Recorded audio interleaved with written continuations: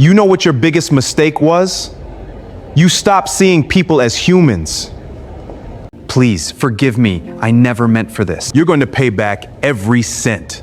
And after that, we'll decide if you deserve another chance.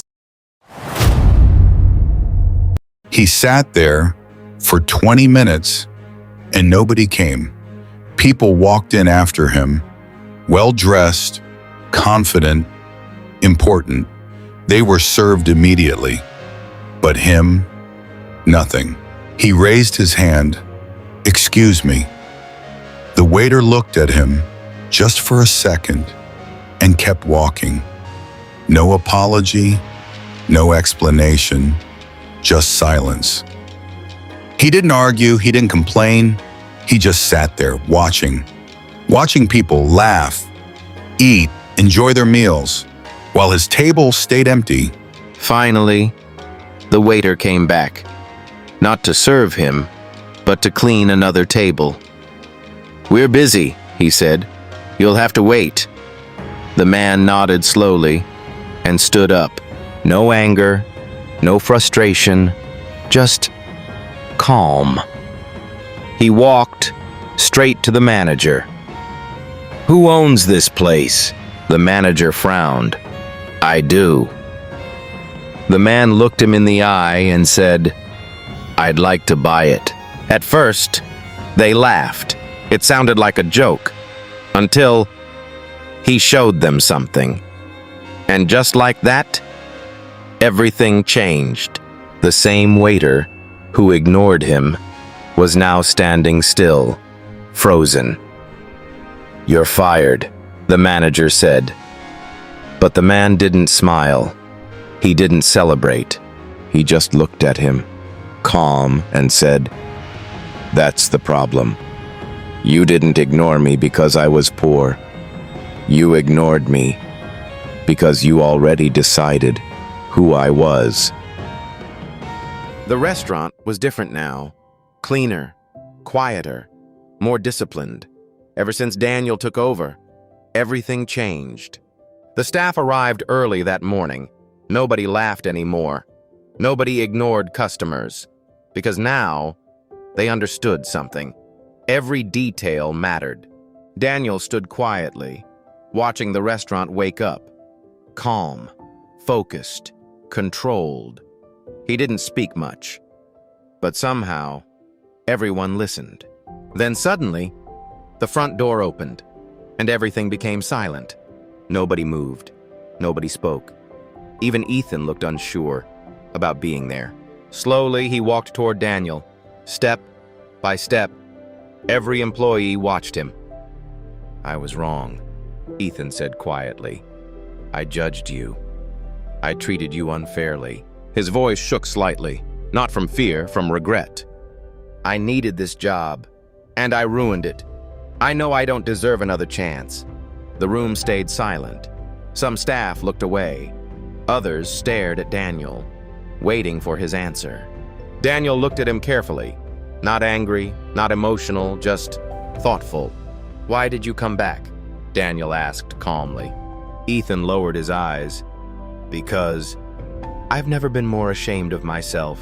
For the first time, I realized I wasn't treating people like humans." Daniel said nothing, and somehow that silence felt heavier than anger. Finally, Daniel stepped closer. "Everybody makes mistakes," Daniel said calmly, "but not everybody learns from them." Ethan looked up slowly, confused, hopeful, almost shocked. "You can come back," Daniel said. "But this time, you treat every person with respect. Not because they're rich, not because they're important, but because they're human." And in that moment, the restaurant changed again, not because of money, but because of character. Sometimes, the people who deserve a second chance are the ones willing to admit they were wrong. Business was booming. The restaurant was full again. Customers laughed, tables stayed busy, and for the first time in months, everything felt peaceful. Even Ethan had changed. The same waiter who once ignored people now treated every customer with patience and respect. Daniel noticed it immediately. The way Ethan smiled, the way he listened, the way he made people feel welcome. And honestly, Daniel was proud of him. But then, something changed. Something small at first. A customer left a bad review, then another one, then another. The strange part? Nobody understood why. Late that night, after everyone left, Daniel stayed behind, alone, quietly searching for answers. That's when he noticed it. Invoices, missing money, strange transactions. At first, he thought it was a mistake, but deep down, he already knew something was wrong. Suddenly, Ethan walked back into the restaurant.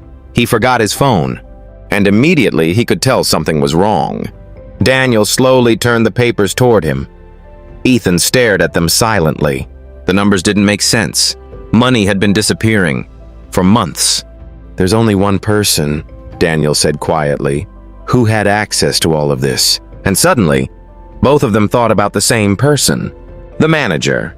The next morning, Daniel called him into the office. No shouting, no anger, just silence. The manager smiled nervously, pretending nothing was wrong, but his hands wouldn't stop shaking. Daniel placed the files on the table, one by one. And just like that, the manager broke. "I was drowning in debt," he whispered. "I didn't know what else to do." Ethan stood frozen, disappointed, not angry, just hurt. Daniel looked at him carefully. Not angry, not emotional, just thoughtful. "You know what destroys people?" Daniel said quietly. "Not failure, desperation." People make terrible decisions when they believe they have no way out. The manager began crying quietly, ashamed, broken, exhausted. Daniel looked at him carefully, then said something nobody expected. "You're going to pay back every cent. And after that, we'll decide if you deserve another chance."